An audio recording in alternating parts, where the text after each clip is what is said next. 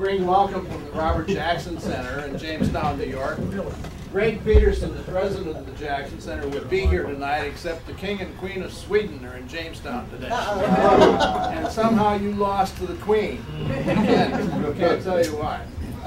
In any event, Ken was with us last year, and he was the star of the show at the Chautauqua Institution. He ran for the, he declared his candidacy for the Senate position of Robert Byrd. And I must say that Eli made lots of nice buttons that we could wear, but he couldn't, because he couldn't campaign because of the ethics law that you have. Now, I'm a scientist. I'm not a lawyer. I'm not a historian. I'm not from West Virginia. I'm a research scientist and have been my whole career. So Ken and I were having some interesting discussions last year about his days with Truman. Perhaps you don't know, but in 1950, the United States Senate and the United States House passed to President Truman legislation that led to the National Science Foundation. Now, I don't live in West Virginia. I live in Ohio. And we hear rumors in Ohio about Robert Byrd bringing all sorts of money to West Virginia. Robert Byrd could hold no candle to Ken Hechler and Harry Truman with respect to what the National Science Foundation legislation did for all of universities around the United States, including some in the state of West Virginia.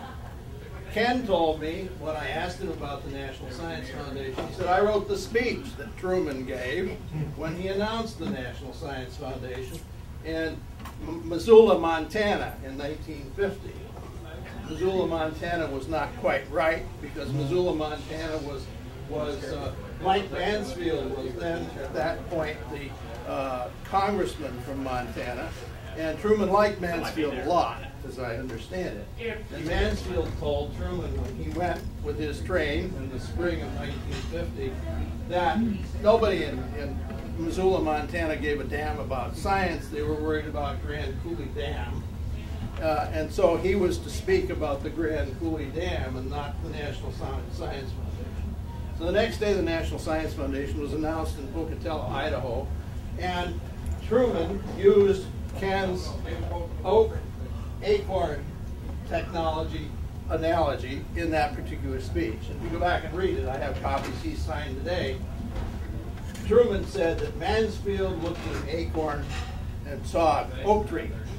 Said everybody else in Washington looks at an acorn and sees an acorn. And this was his particular contribution to the speech. Made the Baltimore Sun-Times the next day, New York Times later, and he was very proud because Margaret said that was one of the best metaphors that was used. Anyway, thanks for coming to Jamestown. We'll see you again next year.